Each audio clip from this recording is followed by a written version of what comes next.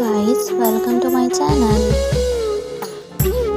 यह कहानी एक बहुत ही चालाक और बुद्धिशाली आदमी की है।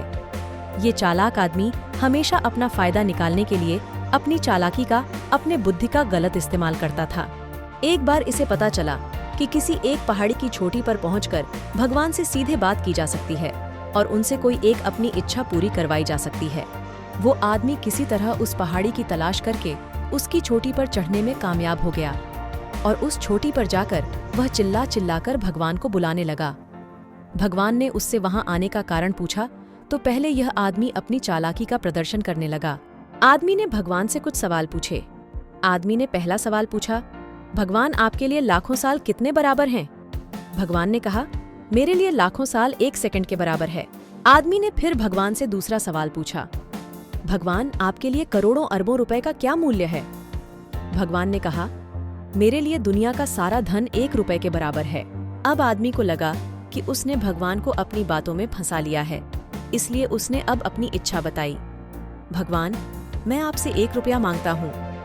इतना कहने के बाद आदमी मन ही मन मुस्कुरा रहा था कि अब वह दुनिया का सारा धन पालेगा।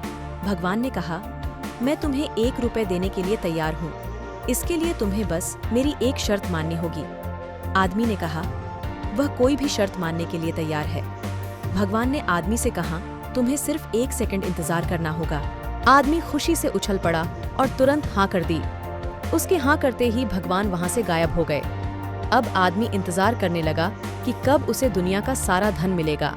कुछ घंटे बीत जाने के बाद जब वह दोबारा सोचने लगा तो उसे याद आया उसका पहले सवाल का जवाब जो भगवान ने दिया था।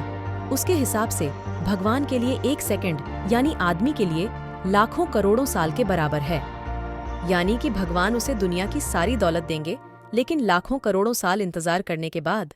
ये अद्भुत कहानी हमें बड़ा ही गहरा सबक देकर जाती है। ये कहानी हमें सिखाती है कि कभी भी हमें हमारे सामने वाले को कम नहीं समझना चाहिए।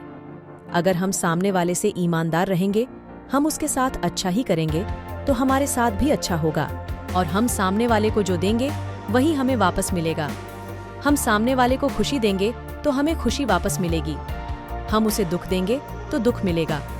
वफादारी के बदले वफादारी और धोखे के बदले हमें धोखा ही मिलेगा।